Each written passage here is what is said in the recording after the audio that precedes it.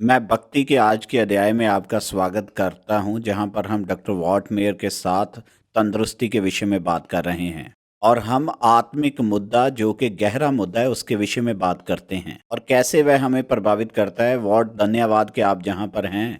पूछना चाहता हूं कि एक आदमी के लिए कौन से गहराई के मुद्दे हैं जो उसके पास हैं, जो उसे प्रभावित करते हैं। ज़्यादा आदमियों के लिए यह सीखना कि कैसे प्रेम करना है और कैसे प्रेम लेना है।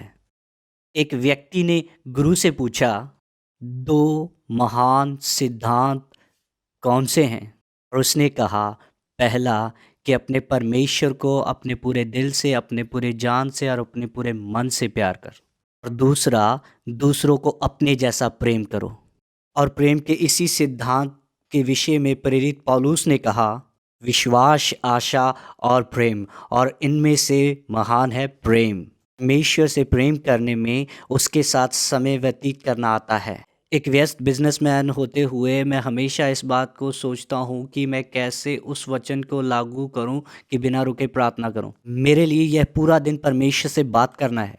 यदि मैं किसी मीटिंग में जाता हूँ, जब मैं द्वार के हैंडल को पकड़ता हूँ और मैं अपने आप से पूछता हूँ कि परमेश्वर यहाँ पे क्या कर रहा है, क्या चाहता है कि मैं करूँ। शायद वो चाहता है कि मैं और भी योग्य बनूँ और अपने काम में और जोश लाऊं। शायद ये सही प्रश्न पूछना और उसके सिद्धांतों को लागू करना है। प्रतिदिन परमेश्वर से बात करना सीखना और प्रतिदिन परमेश्वर से सुनना सीखना। इसमें उसका वचन पढ़ना शामिल है और इसमें उसका वचन याद करना शामिल है। अपने हृदय में उसे छिपा लेना और प्रभु को अपने पूरे दिल से प्यार करना, पूरे मन और पूरी शक्ति से। उसे अपने साथ अपने काम में लेकर आना और अपने परिवार में लेकर आना और अपने पड़ोसियों के साथ रिश्ते में लेकर आना और फिर दूसरों को अपनी तरह प्रेम करना। मैं अपने आप को कैसे दे सकता हूँ? मैं काम करता हूँ, परंतु मैं अपने आप को कैसे दे सकता हूँ? बहुत सारे आदमियों के लिए स्वयं सेवक बनना सीखना, यह एक आदमी और उसके परिवार के लिए जीवन बदलने वाला हो सकता है। खाना बनाने या स्थानीय सेवा के द्वारा हो सकता है, शायद खाना बांटने के द्वारा हो सकता है, शायद मिशन ट्रिप पर जाने के द्वारा हो सकता है। आप अपने बच्चों को अपने साथ दूसरे देश में लेकर जाएं। सैमी, आप पूरे संसार में जाते हैं और यह आपको बदल देता है।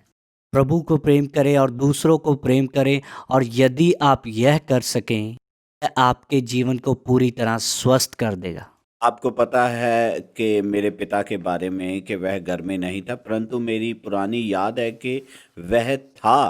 तब मेरी आयु 10 वर्ष से कम थी, परंतु मैंने कभी भी अपने पिता के प्रेम पर संदेह नहीं किया कि जब मैं बच्चा था वह मेरे साथ बास्केटबॉल खेलता था, बेसबॉल खेलता था।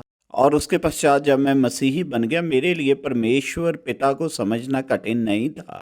परंतु मैंने देखा कि मेरे कई मित्रों की यह समस्या थी।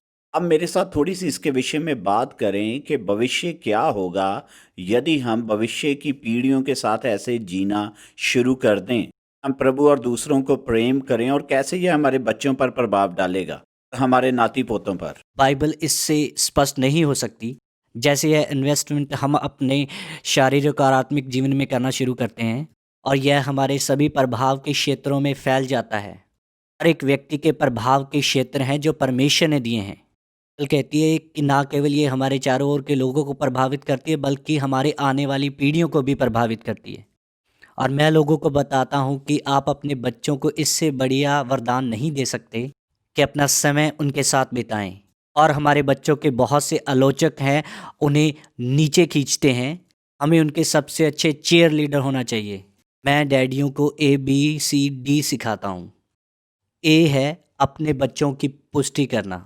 मैं अपने बच्चों को बताता हूँ वह ऐसा कुछ भी नहीं कर सकते जिससे मैं उन्हें ज़्यादा प्रेम करूं, और वह ऐसा कुछ भी नहीं कर सकते जिससे मैं उन्हें कम प्रेम करूं। मैं उनसे पुष्टि करता हूं कि डैडी उनसे प्रेम करते हैं। बी है दाग रहित प्रेम, और मैं उनसे प्रेम करता हूं चाहे कुछ भी हो जाए। सी है उनके साथ कनेक्ट करना, उनके साथ समय व्यतीत करना, उनको परमेश्वर के साथ कनेक्ट करना, परंतु एक पिता की कोमलता डी के साथ संतुलित होनी चाहिए, और वह है चेलापन और अनुशासन। बच्चों को सिखाना कि बुरे कामों के बुरे परिणाम होते हैं।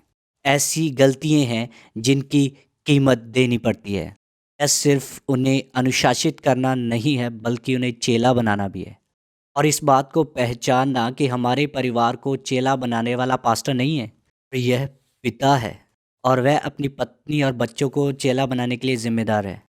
यह ABCD आने वाली पीढ़ियों को बनाएगी, न केवल हमारे परिवार को बल्कि समुदाय को और हमारे देश को भी। यह बहुत अच्छी सामग्री थी। धन्यवाद वॉल्ट, बहुत बहुत। मैं आपको उत्साहित करूंगा कि आप तंदुरुस्ती के ऊपर इनकी पुस्तक को जरूर लें। यह पुस्तक एक आशीष में रही है और जैसे आपने यहाँ सुना है, और मैं आशा करता हूँ आपके परिवार के लिए भी यह होगी। मैं आपको उत्साहित करूंगा कि आप इसे लें और कल हम फिर से मिलेंगे।